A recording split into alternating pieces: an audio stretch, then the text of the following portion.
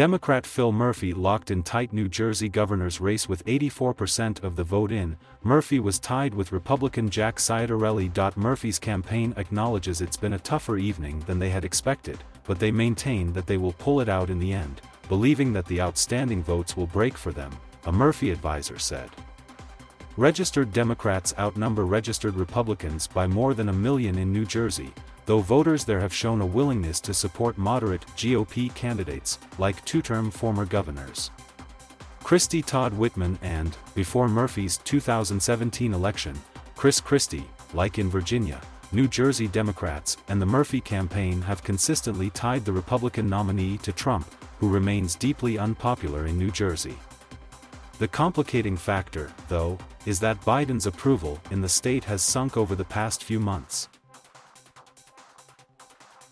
"Don't let anybody stay home because they think we can't win or because it's rigged," Ciattarelli said at a campaign event last week. "It's not rigged here in New Jersey. We can win this race."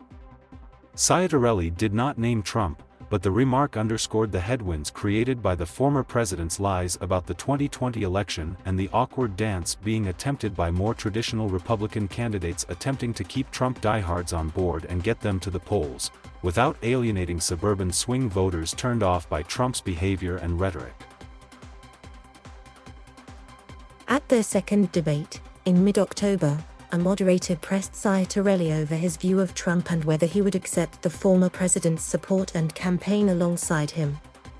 The Republican nominee, who has been critical of Trump but backed him last year, suggested he had no plans to call in the former president, who has not appeared on the trail in New Jersey despite having a home there.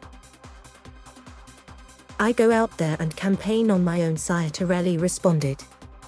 "I'll win my own election."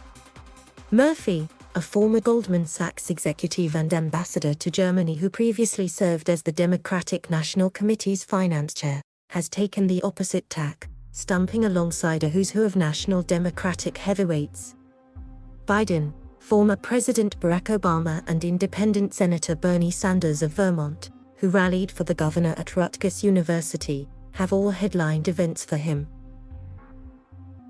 Obama, speaking in Newark last month, zeroed in on Ciattarelli for having previously addressed a Stop the Steal rally, then later claiming he was unaware of the event's focus.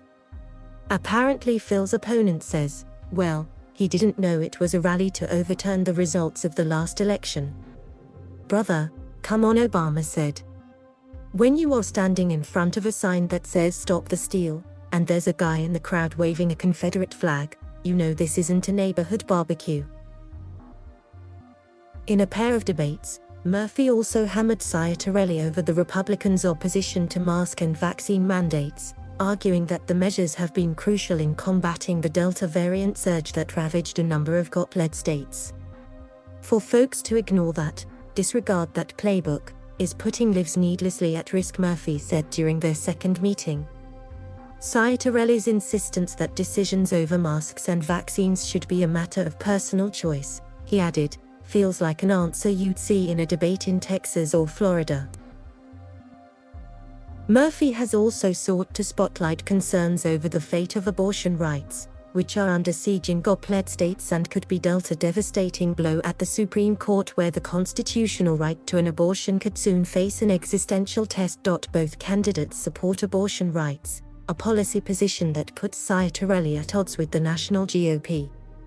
But he opposes a state bill, called the Reproductive Freedom Act, that would codify Roe v. Wade and expand access by allowing more providers to perform the procedure. Passage of the bill, Murphy said in the debate, would be his number one agenda item when New Jersey lawmakers reconvene for their next session later this year.